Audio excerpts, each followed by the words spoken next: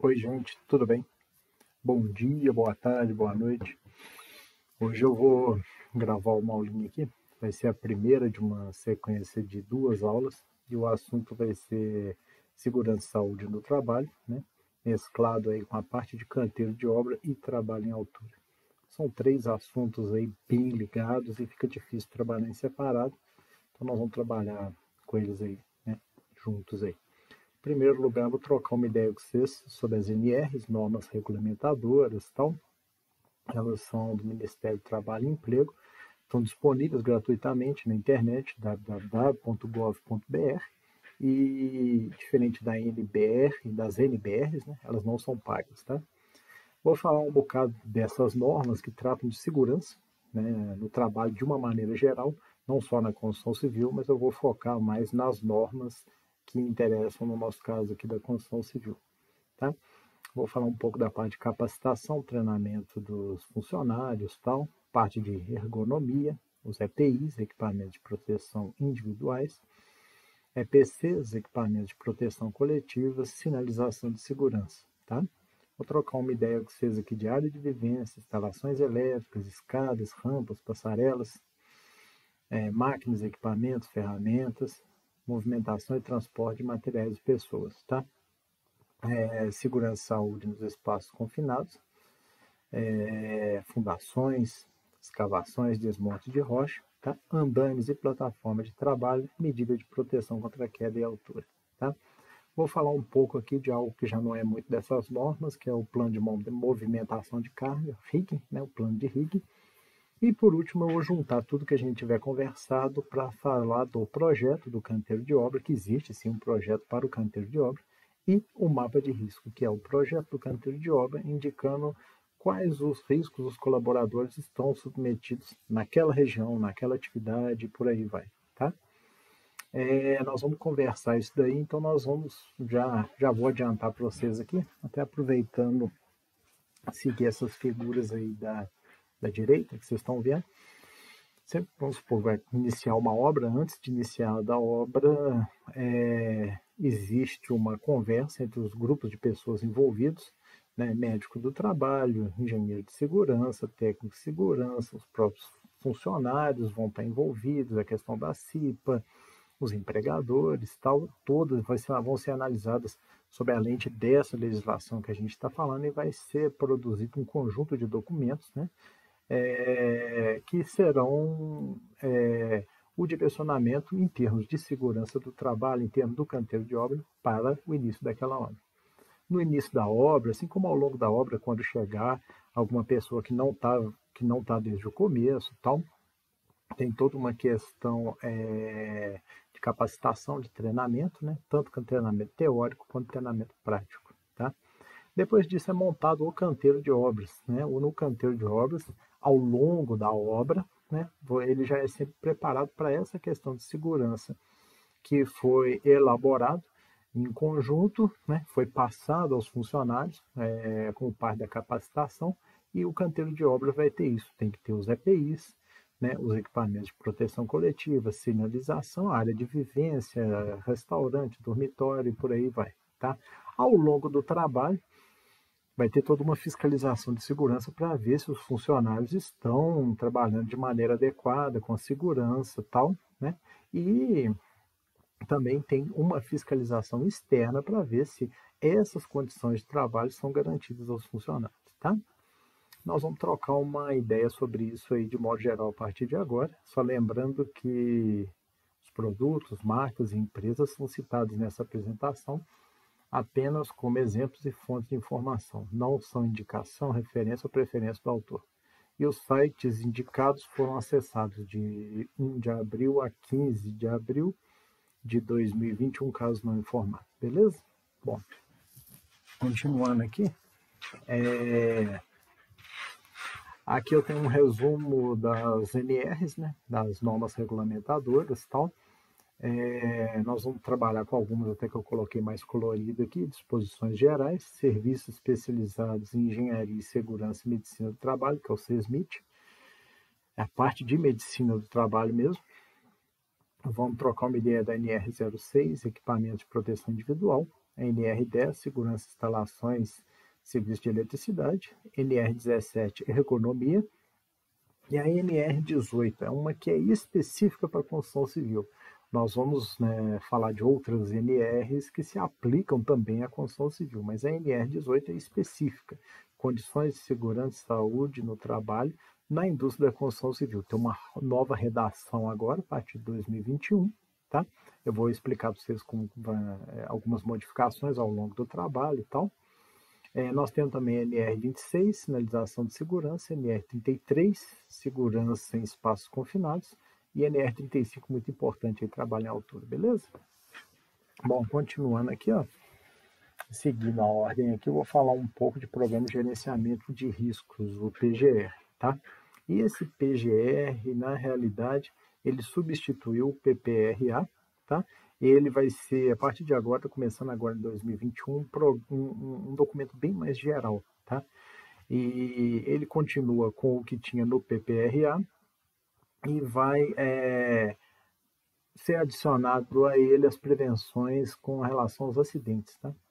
A questão dos riscos mecânicos, risco de acidentes, tá? Então você vai ver que eles têm tem como objetivo evitar os riscos ocupacionais, identificar, avaliar e classificar esses riscos ocupacionais, implementar medidas de prevenção e acompanhar o controle dos riscos ocupacionais. Então, aquela sequência que eu falei no primeiro slide, né? Primeiro você tem a identificação, avaliação e classificação dos riscos aos quais os colaboradores estão submetidos, né? Você tem a implementação das medidas de prevenção, ou seja, você vai preparar o canteiro de obra, né, de uma maneira que esses riscos possam ser reduzidos, né? E ao longo da obra vai ter o acompanhamento, né, desses riscos ocupacionais. A grande diferença entre o antigo PPRA e o novo, que é o PGR, é que esse engloba todos os riscos ocupacionais, tá? Os riscos físicos, químicos, biológicos, ergonômicos e os acidentes, tá? Esse é o programa de gerenciamento de risco bem completo. O PCMSO teve alguma modificação na norma dele também, na NR do PCMSO, Programa de Controle Médico de Saúde Ocupacional. Esse daí é um documento da medicina do trabalho, tá? O médico do trabalho. São os exames admissionais, quando você entra para trabalhar naquela obra, os demissionais, exames periódicos de mudança de função e por aí vai. Inclusive exames de controle, audiometria, acuidade visual, eletrocardiograma e por aí vai. Alguns específicos para uma função, alguns mais gerais, tá? Mas o PCMSO é a parte médica da coisa. A CIPA é a Comissão Interna de Prevenção de Acidentes, tá? É uma equipe formada por representantes dos empregados e dos empregadores que usam suas experiências e habilidades para auxiliar na prevenção de acidente de trabalho, tá? A CIPA funciona como um grupo de apoio aos profissionais do SESMIT. E o que vinha a ser essa questão do SESMIT? É o Serviço Especializado de Engenharia e Segurança do Trabalho. Tá?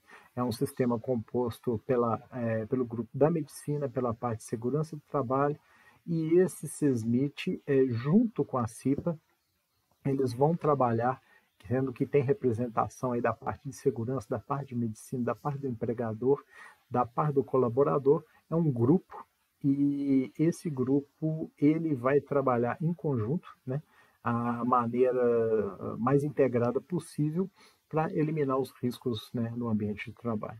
Beleza?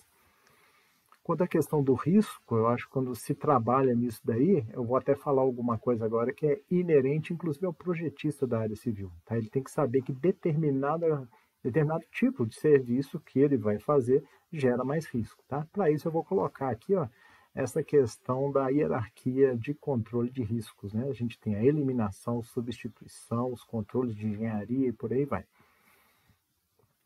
Sendo que aqui, ó, a gente está vendo o nosso exemplo, né, nessa figura aqui da esquerda, nós temos aqui mais à frente na foto 3 pessoas trabalhando, 2 na concretagem, né, segurando o mangote e tal, e um atrás com o vibrador. A gente está vendo que o rapaz de trás está com cinto de segurança tipo paraquedista, parece que não está preso a nenhum ponto de fixação.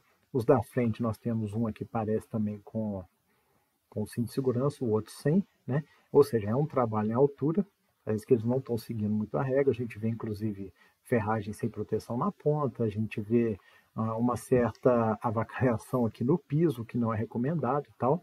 Inclusive que a pessoa vai estar passando, carregando certo peso e tal, pode estar com uma tensão desviada para alguma outra atividade, para andar aqui pode provocar um acidente. Agora, no momento que você quer eliminar esses riscos, alguns deles você consegue eliminar, né? Que na hierarquia de risco aqui é o principal. Alguns nós vamos substituir. De qual maneira? Talvez mudando o método construtivo, tá? Olha para você ver, se a gente for trabalhar aqui com uma estrutura pré-fabricada, a gente vai ter menos pessoas trabalhando em altura, vai precisar de serviços, né? De pessoas trabalhando em altura? Sim, mas são menos pessoas trabalhando com plataforma elevatória, tá? Um tempo menor de trabalho dessas pessoas em altura e elas têm condições de, dentro da plataforma elevatória, trabalhar num lugar fixo, onde elas conseguem se prender, né, pelo talo abaixo, prender o seu cinto de segurança à plataforma elevatória. Ou seja, a gente muda o processo construtivo, melhora as condições de segurança. Aí entra a questão do custo, a questão do cronograma, a questão de disponibilidade e tal, né? Mas tem essa relação aí também. Beleza? E um outro exemplo é isso. A gente tem problemas para mandar pessoas para fazer o alargamento do fundo de um tubulão? Sim. Como que a gente elimina esse risco do trabalho em espaço confinado? A gente vai trabalhar com estacas, tá? É possível tecnicamente? Vai ser viável em termos de cronograma? É viável economicamente, tá? Mas tem que levar também em consideração a questão da segurança, beleza? Bom, continuando aqui, uma mudança aqui na NR18, tá? Eu peguei isso até desse material aqui, do SESI, Fundacentro, CEBIC e tal, nova norma regulamentadora NR18 para a indústria da construção, tá? Isso aqui são as mudanças na NR18 a partir de 2021. Eu vou pegar ao longo da minha apresentação outros tópicos aqui desse material também, tá? Então, ela dispõe que as atividades de escavação no canteiro devem estar previstas no PGR, Programa de Gerenciamento de Risco, né, que eu falei antes. Antes, qualquer escavação ela era planejada em termos de tempo gasto disso no cronograma, quantidade de mão de obra, qual o custo dessa escavação, tal, né? Agora, ela tem que ser planejada também em termos de segurança. Tá? Toda escavação tem que estar no PGR, tá? Isso é novo, a partir de 2021. E aqui, ó, sobre tubulões, né, define novos critérios para execução com segurança de tubulão escavado manualmente. Novos critérios, vou falar aqui abaixo. E proíbe o uso de tubulão a ar comprimido. Tá? É proibido. A partir de 24 meses contados da vigência dessa norma, 2 anos a partir agora, acho que é março ou maio de 2021, não lembro, a partir de 2 anos após não vai ser mais permitido pela norma regulamentadora trabalho em tubulão de ar comprimido, tá? Hiperbárico. Professor, por que 24 meses? É porque deve ter muita gente aí que tem alguma obra planejada, alguma licitação já está em andamento, e eles ainda vão permitir nesses 24 meses, depois acabou, tá? E mesmo assim, só é permitido se já tiver algum processo licitatório em andamento, tá? E também tem isso aqui, para os tubulões, que aí a céu aberto, né?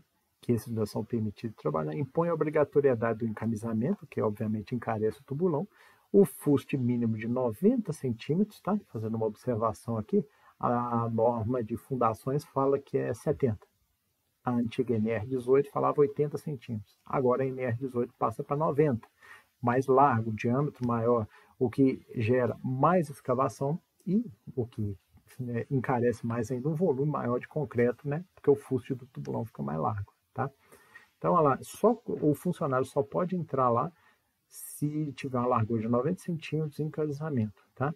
E será proibido o tubulão escavado manualmente com profundidade superior a 15 metros, tá? Existe equipamento, professor, para escavar o tubulão? Existe. Existem as perfuratrizes. Perfuratriz é muito tranquilo. O problema é o alargamento da base. Existe equipamento? Existe, mas são equipamentos caros, difícil de trabalhar, difícil de locomoção e tal. Então, deve ser que as estacas vão ganhar um pouco mais de espaço em relação aos tubulões. Aqui, ó, a questão dos riscos que eu falei antes, né, dos tipos de risco do PGR, eu vou aqui dar uma explicação um pouco melhor, tá? Nós temos o risco de acidente, sempre em azul, tá? Queda do mesmo nível, né? Ele pode ser gerado por um piso escorregadio ou irregular, tal. Proteção e medida de controle, manter o piso de trabalho em boas condições. Queda de nível diferente, fonte geradora, sempre trabalha em altura. Aí você tem a questão das medidas de proteção, né? O cinto de segurança preso, não adianta nada você estar com o cinto de segurança tipo paraquedista, se ele não está preso a lugar nenhum. Mais as proteções de periferia, nós vamos ver isso aqui adiante, é o que? Guarda-corpo no limite daquele pavimento que está sendo trabalhado ali no prédio, tá? As bandejas que deixam de ser obrigatórias agora, eu vou explicar isso direitinho. A norma foca mais nos guarda-corpos, tal. Tá? Queda de objeto. O cara pode estar trabalhando lá em cima no andaime. Aí ele deixou ali um martelo no chão sem querer, na hora que ele foi andar e chutou aquele martelo. Pá, vai cair na cabeça de alguém. E aí, queda de objeto, trabalho acima do operário. Tá? Quais são as medidas de proteção e controle? Uma plataforma naquele ambiente, tal, não deixaria o martelo cair. Uma tela ou um capacete para quem está lá embaixo. Tá? No caso específico de um andaime, é obrigatório ter um rodapé, onde o cara está andando, um rodapé mínimo de 30 centímetros. E aí elimina esse tipo de risco, beleza? Ainda temos corpos estranhos nos olhos, choque elétrico, perfuração nos pés, esses são os acidentes, que dá o problema ali na hora, tá? A gente também tem os riscos físicos, por exemplo, ruído. O cara não necessariamente vai ter o problema de imediato ali na hora, não, aquilo é cumulativo. Tá? Depois de muito tempo naquela função, por exemplo, trabalhando com uma serra circular, ele pode ter uma perda auditiva.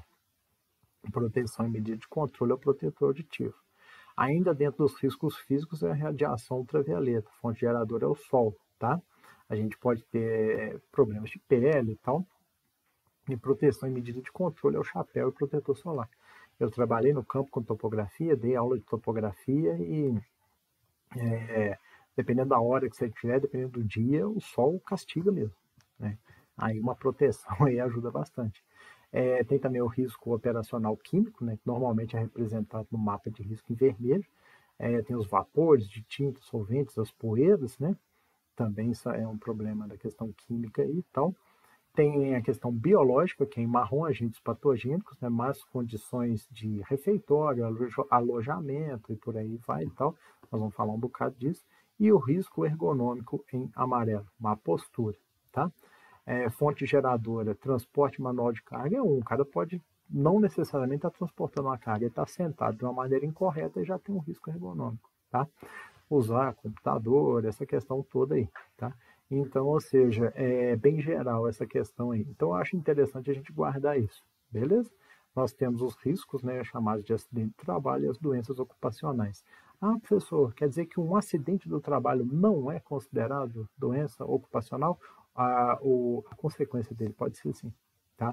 A pessoa ali, vamos pegar uma coisa até mais leve, pisou num prego, aí depois ela vai ficar afastada, vai ter um certo problema, tal, vai ter que fazer um acompanhamento daquilo ali, e é uma doença ocupacional também, tá? Só que de modo geral, pelo que eu ouço por aí, o termo doença ocupacional é um pouco separado do acidente de trabalho, mas tanto em termos de segurança quanto juridicamente é a mesma coisa, tá? É um grande prejuízo ao empregador, ao funcionário, né? É dor, pode chegar até morte, né? Então aqui, ó, falar um pouco de capacitação. Eu já até coloco aqui à esquerda, adiantando um pouco, eu vou falar mais detalhadamente à frente, questão do mapa de risco, né? Por que eu coloquei ele aqui? Porque dentro da capacitação você vai capacitar, você vai treinar o cara para aquela função que ele vai fazer. Vamos supor que se o rapaz aqui em questão ele vai trabalhar em altura, ele tem que ter um treinamento de como colocar esse cinto de segurança, tipo paraquedista, como prender o talabarte, né, no ponto de ancoragem, tá? Ele vai ter que saber aonde ele vai estar trabalhando, qual o risco que ele está, como evitar esse risco. Ele tem que saber que terá um técnico de segurança, né, a fiscalização da própria empresa vai chegar para ele e vai alertá-lo: oi, você está fazendo errado, tal.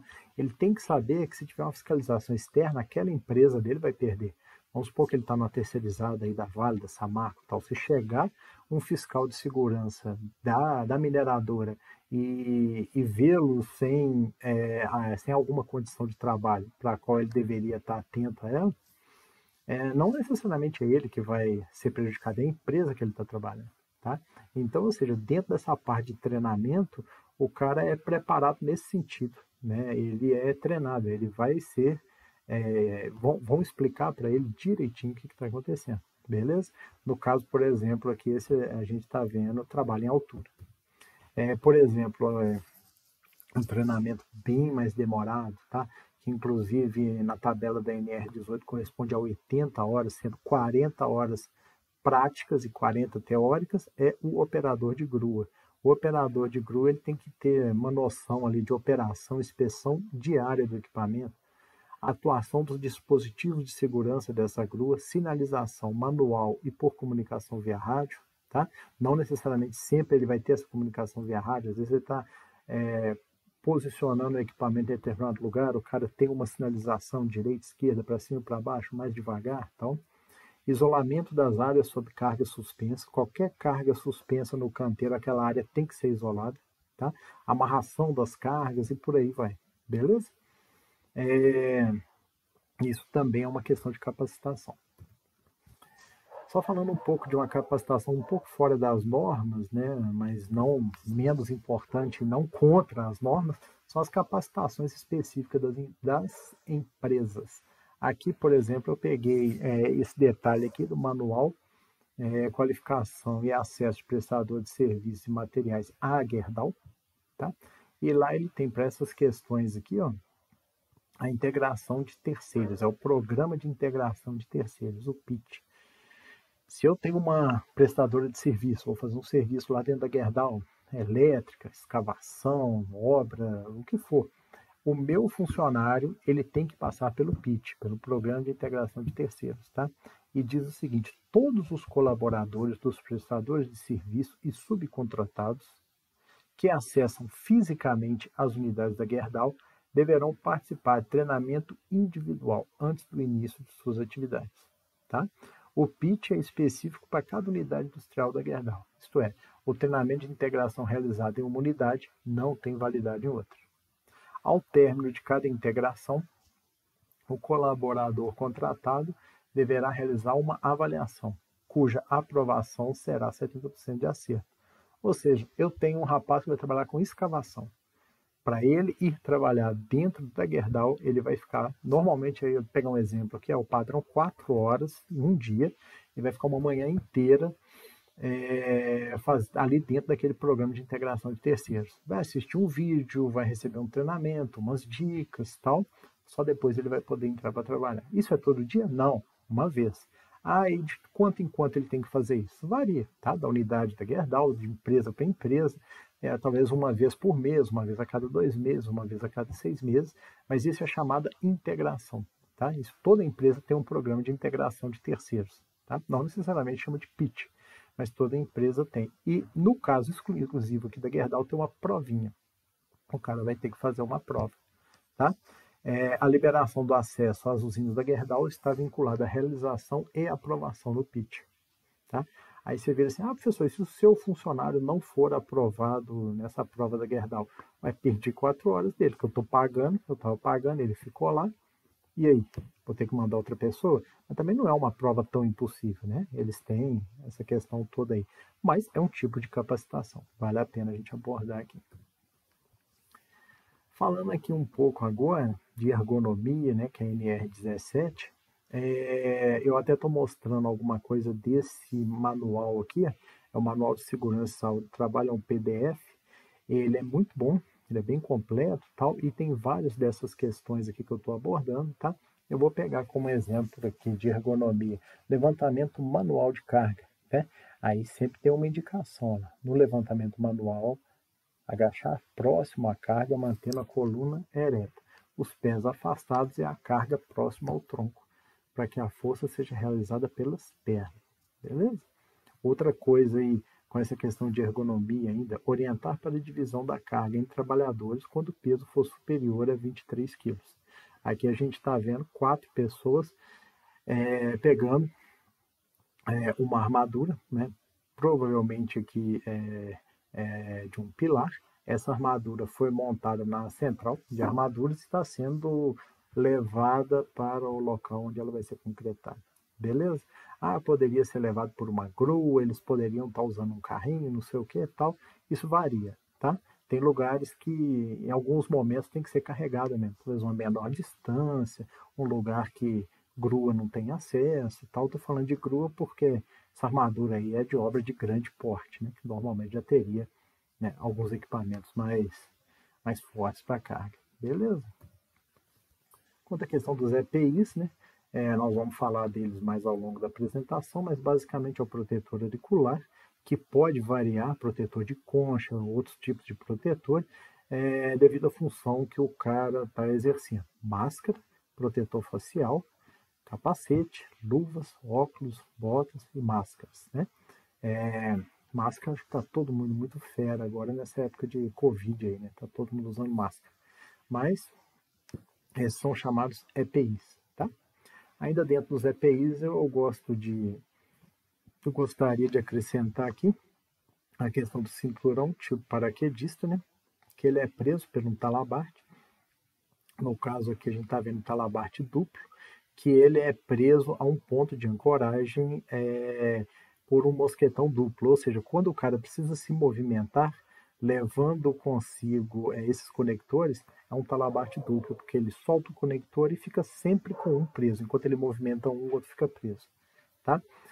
E aqui a gente tem também uma linha de vida na vertical, né? O rapaz está preso com o talabarte, ao invés de mosquetão, é um trava-quedas, e esse trava-quedas está ligado por um talabarte com absorvedor de impacto ao ponto de ancoragem, tá? Então, ou seja, das duas maneiras, a gente vê que os funcionários estão seguros, né? Estão trabalhando em altura com uma certa segurança contra a queda. Beleza? Aqui a gente já viu um pouco a questão dos EPCs, equipamento de proteção coletiva. Nessa foto desse prédio aqui, a gente vê, esse prédio tem algumas bandejas, né? Guarda-corpos. Aqui vocês veem a torre de um elevador com cremalheira. E isso é o que? Se a gente tem um guarda-corpo, esse guarda-corpo não é individual, ele é coletivo, tá? E ele está limitando até onde pode ir o funcionário. Então isso é um equipamento de proteção coletiva. Tá? Nessa figura aqui de baixo, isso é de um filme. Esse filme chama NR35, Trabalho em Altura. Falha não é opção. Um filme excelente, ele tem 34 minutos, tá? Meio grandinho e tal, mas quem quiser dar uma olhada nele lá, esse rapaz, por exemplo, não foi filmado uma queda real.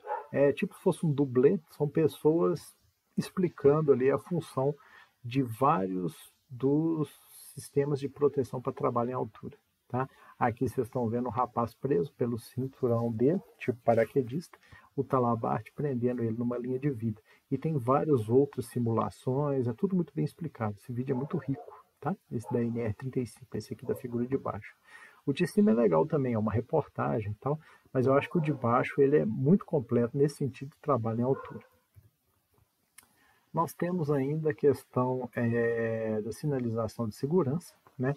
É muito importante, parte do treinamento que o cara vai fazer de integração, independente se é uma empresa, igual deu o exemplo da Gerdau, se é a preparação dele, né, a capacitação dele para trabalhar ali no canteiro de obra. Parte disso é treiná-lo para saber ler a sinalização, tá? Tem os vários grupos, os vários tipos de sinalização. Tem o sistema de proibição, ou seja, proibida a entrada de pessoas não autorizadas, proibido fumar, tal. Normalmente são círculos vermelhos com uma linha diagonal vermelha também, tá? Esse daí é o sistema de proibição. Aqui a gente tem também a sinalização de obrigação, que a gente tem o que? Normalmente círculos azuis com os desenhos brancos, né? Nesse ambiente obrigado para trabalhar aqui, é obrigado a usar luva, obrigado a usar capacete. Se a pessoa estiver no local com risco de queda, é obrigado que ela esteja presa, né, a um ponto de ancoragem e tal. Aqui, esses verdes aqui, a sinalização verde, a questão de emergência, né, saída de emergência e tal,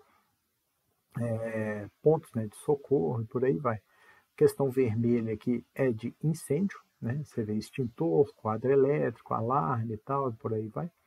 Essa questão dos triângulos amarelos, né, externados por linhas pretas é perigo, perigo de equipamento móvel, perigo de fogo, né, perigo de choque elétrico, e algum tipo de informação é dado dessa maneira aqui.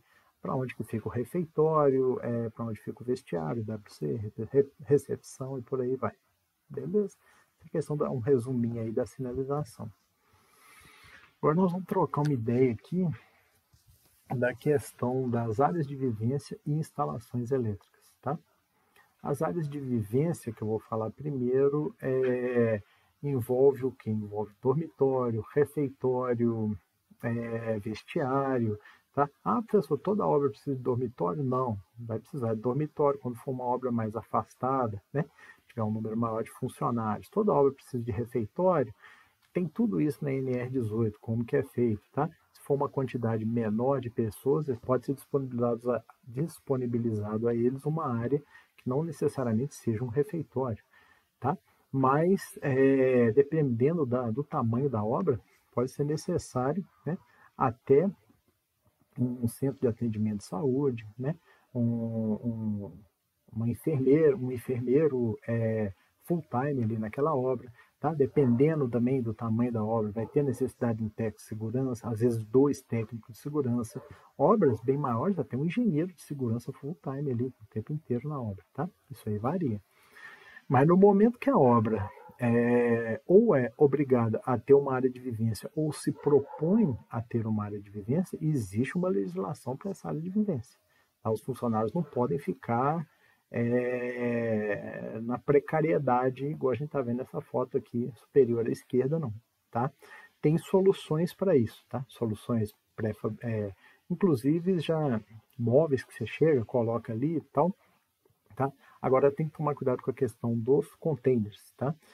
Porque a partir de 2021 agora, uma modificação na NR18 é o seguinte: proíbe o uso de contêineres marítimos originalmente utilizados para transporte de carga, para utilização em área de vivência, que é alojamento, vestiário, escritório de obra, etc. Esses contêineres, eles podem ser utilizados apenas para depósito de materiais, tá? Isso daí é uma questão interessante, ou seja, um container lá marítimo, depois de 10 anos de uso, nós vamos dar uma melhorada nele aqui para fazer alojamento, a partir de agora não pode não, tá?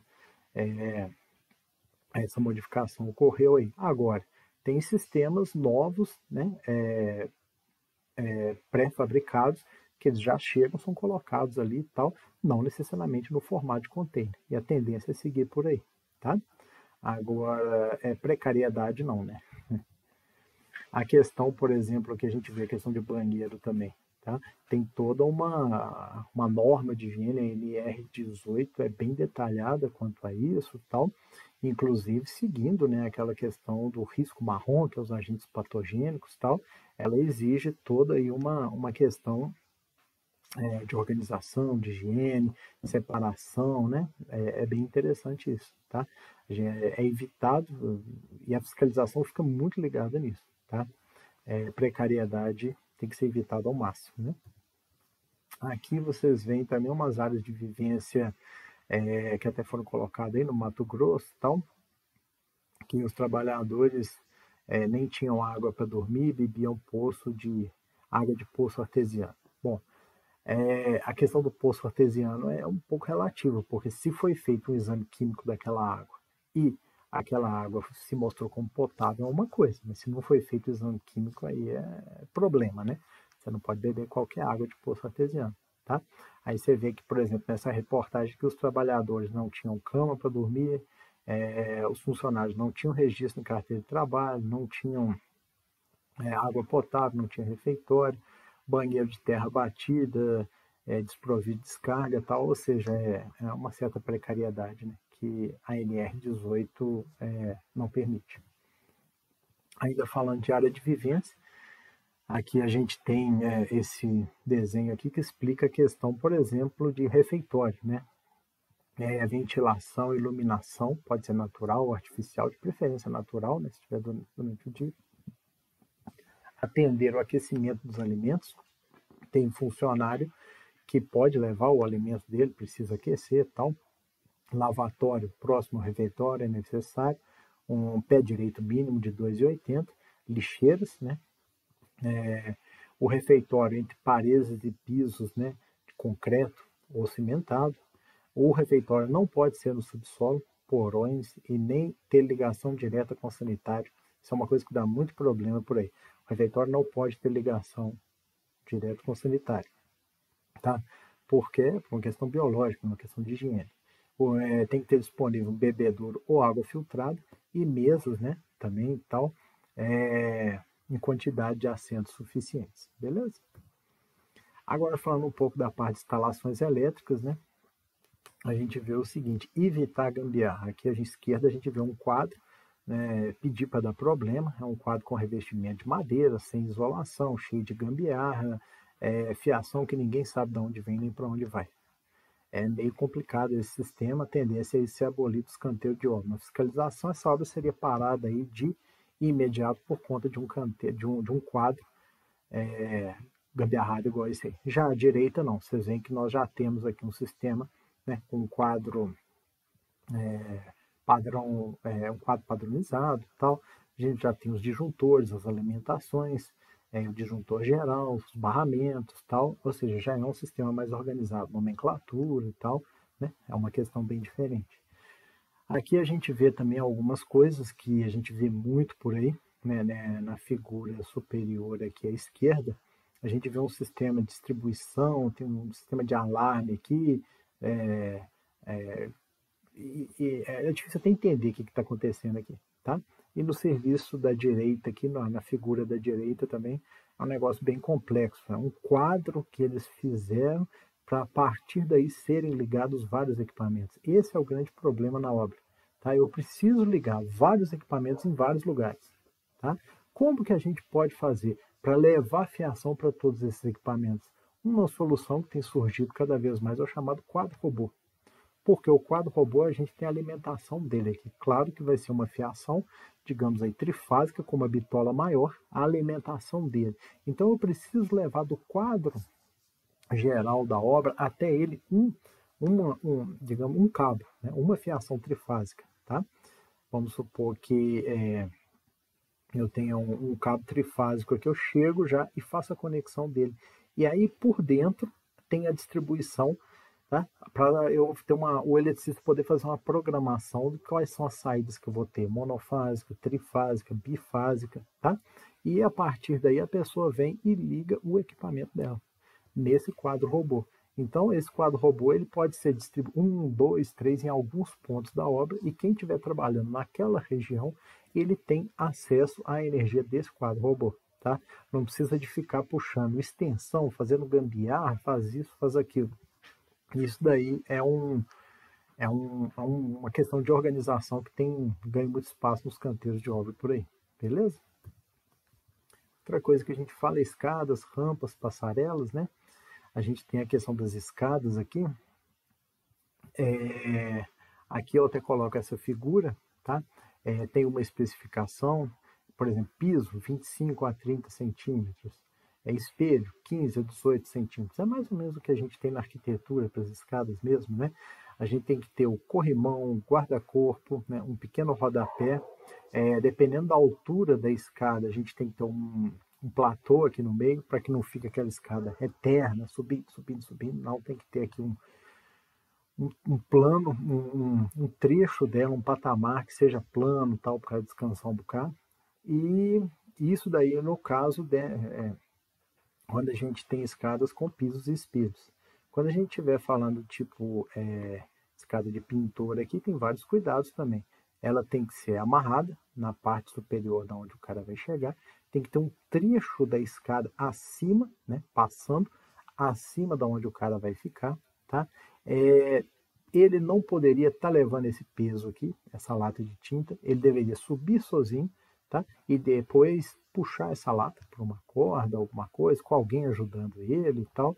Essa questão de trabalhar na escada com peso é um negócio complicado. Escada perto de porta não dá, tá? Porque pode estar saindo alguém, entrando alguém com algum peso, não vê essa escada e tal. Então, ou seja, são várias coisas que a NR18 diz, tá? E parece bobeira, mas não é bobeira não, tá? Outro dia eu fui arrumar um esquema aqui em casa e deu uma vacilada, levei um tombo aí e tal, e a gente depois fica pensando, poxa, foi vacilo. Coloquei a escada num lugar molhado para subir a escada, chiou, né? Não é legal. Deu, graças a Deus, deu tudo certo, tal. Mas a gente vê aí direto acidentes, inclusive domésticos, né? As pessoas às vezes até perdem a vida por causa de uma bobeira dessa, tá? E na obra então, que ali tá o dia inteiro, o cara vai, volta. Tem toda essa questão aí de segurança, isso é muito importante, tá? Não acha que é bobeira não, tá? Você sobe na escada 1000 vezes daquele jeito, não aconteceu nada. Ah, mas é o jeito errado. Na 1000ª você pode levar um tombo. E aí? E aí? Complicado. Aí tem também a questão aqui que a gente fala, rampas, né? Estou falando, por exemplo, aqui, muitas empresas que alugam, por exemplo, a caçamba, eles alugam também essa rampa para caçamba. Aí você fala, ah, professor, mas precisa disso para encher a caçamba? Não só por questão de segurança, não só por questão de ergonomia, mas também por questão de rendimento. Olha como que encher uma caçamba com uma rampa dessa vai ser mais rápido. O cara já chega com o carrinho lá em cima no nível da caçamba, ele vira o carrinho para dentro da caçamba. Bem mais fácil, né? Com segurança, né? Com qualidade e tal. E não é tão caro assim o aluguel de uma rampa dessa para encher uma caçamba. E a gente tem aqui também abaixo a questão de uma plataforma, né? Uma plataforma de carregamento. Você vê que, né, é uma coisa muito útil, tá? E não necessariamente é um investimento tão caro assim, né? Dependendo do porte da obra que você estiver trabalhando, tá? Isso normalmente vão trabalhar, isso normalmente é locado, tá? Pode ser comprado? Pode. Mas tem empresa que trabalha com locação disso daí também. Ainda falando um pouco de passarelas, né? Essa passarela que eu estou falando aqui, no nível da laje superior do quarto andar de um prédio com paredes de concreto, muito provavelmente é o padrão Minha Casa Minha Vida, e a pessoa precisa transitar ao redor do prédio para montar a forma para a parede de concreto do próximo pavimento, tá? Então, o que que acontece? É montado esse sistema aqui, tá? É uma passarela, né? Uma plataforma de trabalho ao redor do prédio, tá? Você vê que tem guarda-corpo, né? Para o cara trabalhar aqui com uma certa segurança e tal, né? Por aí vai. Aqui a gente vê também um sistema que foi montado, né? Uma torre de andaimes, tá? Foi montada aqui em cima essa passarela e aqui a gente vê até só a perna do rapaz, né? A figura que cortou aí o fotógrafo, que está trabalhando aqui em cima, tá? Aqui a gente vê que tem um certo guarda-corpo também e foi um sistema montado para atender essa necessidade aí, beleza? É caro, mas está com segurança, tá? Vai ficar mais caro para você, você pode ter certeza disso, se o cara sofrer um acidente. Caro em termos financeiros, em termos de consciência, em termos de futuro profissional, por aí vai. Aqui a gente vê inclusive uma passarela que foi montada, um sistema aqui de estrutura metálica. Foi montada essa passarela aqui transversalmente à obra e você vê que na própria passarela aqui, a partir dela já tem acesso, né, a algumas outras áreas de trabalho e tal. Não achei a condição de segurança assim tão exemplar nessa obra não, mas a passarela em si demonstra aí do que a gente estava querendo falar, tá? Só fazendo uma observação aqui, ó, essa obra ela é limitada tanto de um lado quanto do outro por estacas prancha, tá? Essas estacas prancha eu já até comentei com vocês na aula de fundações, beleza? Continuando aqui, ó, nós temos a parte de máquinas, né, equipamentos, ferramentas, tal. Essa é basicamente da NR12. A gente vê aqui um quadro de ferramenta bem organizado, tal. A gente vê aqui um sistema de oxiacetileno, né?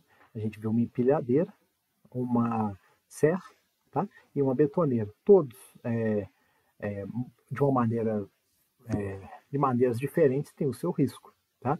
Todos de uma maneira diferente precisam de uma organização para se trabalhar com isso aí, tá? Então, o que que acontece? A partir disso daqui, a gente tem que ter o treinamento da pessoa que vai trabalhar com aquilo, tá? A pessoa tem que conhecer a utilização do equipamento, tem que conhecer o funcionamento do equipamento. Por quê? Por exemplo, você vê que uma betoneira dessa aqui está normatizada. As partes móveis dessa betoneira, elas estão encofradas, enclausuladas, tá? Tem essa diferença. Então, ou seja, essa NR12, ela especifica características para o uso de cada um desses equipamentos, tá? A operação, manutenção, inspeção e demais intervenções em máquinas e equipamentos devem ser realizadas por trabalhadores habilitados ou qualificados ou capacitados e autorizados para esse fim. Tá?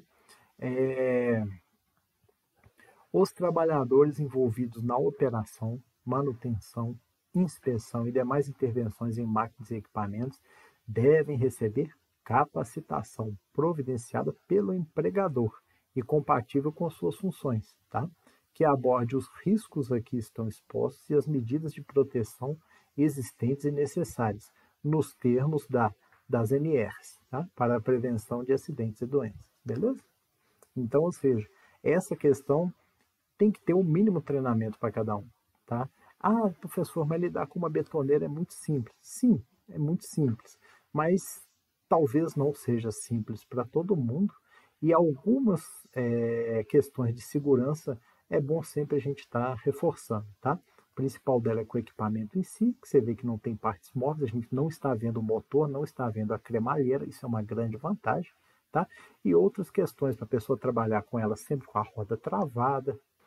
Um cara que vai trabalhar com empilhadeira, ele tem que saber aonde ele pode ir, aonde ele não pode ir, tá? Qual é a altura máxima que ele pode içar determinada carga, beleza? Tem todas essas questões aí.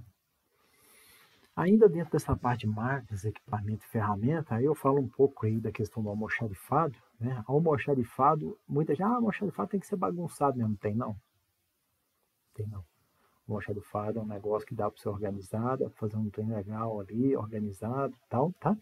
Inclusive, aí eu pego um exemplo aí da questão do 5S, né? Você tem os conceitos de utilização, organização, limpeza, asseio e disciplina, né? São os 5S lá, os japoneses, né? Então, ou seja, é muito importante ter um almoxarifado organizado. Por exemplo, olha essa diferença aqui, né? A gente tem um almoxarifado, que nem isso aqui não é chamado de almoxarifado, isso é um depósito, é uma esquina, um canto ali da obra que largaram algumas coisas ali. Nada se acha, é igual a chácara do Chico Bolacha, tudo se procura e nada se acha, tá? Aqui à direita a gente já vê o quê? Um almoxarifado legal. Você vê que tudo especificado, área que a pessoa pode andar, tá tudo mapeado, tudo certinho, tudo limpinho, tudo organizado, né? Isso é uma grande diferença, beleza? Bom, hoje, gente, por hora era isso mesmo, tá? Eu vou dar continuidade a esse assunto aqui no segundo vídeo dessa parte aí, falou? Muito obrigado aí e um grande abraço. Tchauzinho pra vocês aí.